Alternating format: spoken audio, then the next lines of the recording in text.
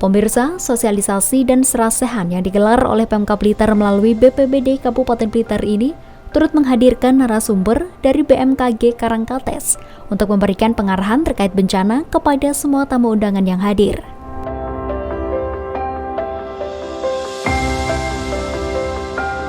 Bumi kita terdiri dari 3 lapisan utama, yaitu inti, mantel, dan kerak.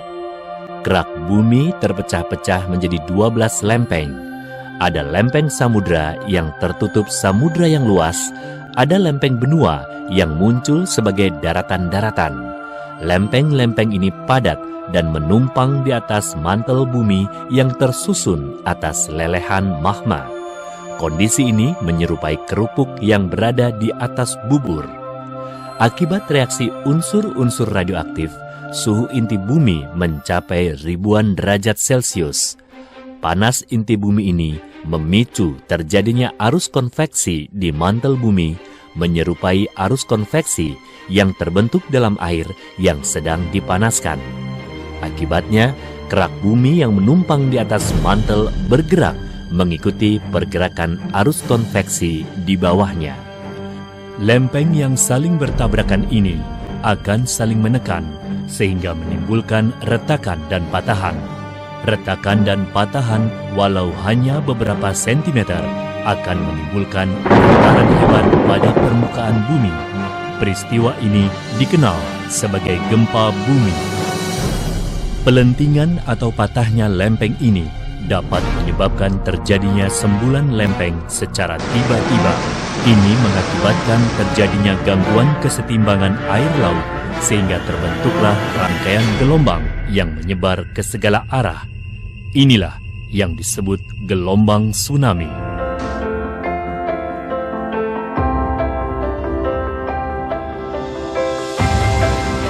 Melalui sosialisasinya sekaligus menghimbau kepada warga desa Tambak Rejo ataupun wilayah rawan bencana agar paham terkait potensi dan ancaman bencana, sehingga mengetahui bagaimana cara evakuasinya agar tidak panik.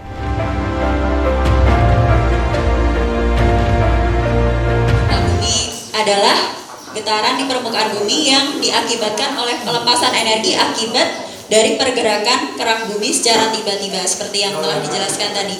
Karena di khususnya di Jawa merupakan tempat yang dikelilingi oleh lempeng-lempeng tektonik yang saling bertumbukan sehingga terjadi gempa bumi seperti itu.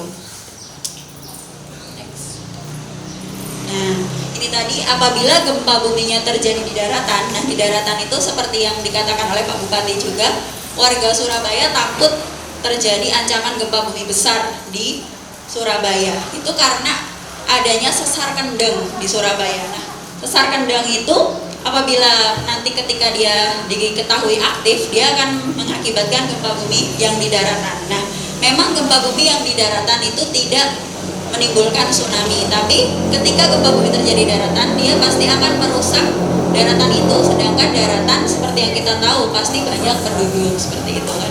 Yang kita khawatirkan ketika terjadi gempa bumi menimbulkan korban jiwa. Nah, bagaimana mensiasatinya supaya tidak terjadi korban jiwa? Makanya diadakan sosialisasi seperti ini untuk upaya mitigasi terjadinya gempa bumi dan tsunami.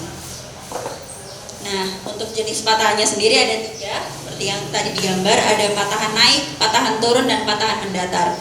Untuk patahan naik dan patahan turun, apabila gempa bumi terjadi di laut, maka bisa saja menimbulkan tsunami. Namun ketika patahannya itu mendatar, kemungkinan tidak menyebabkan tsunami seperti itu.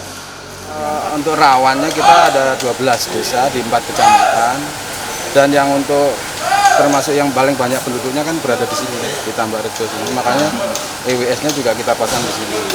Dan juga memang perlu juga nanti di Serang itu juga kita kasih, di Pangi, di Pasur, di mana?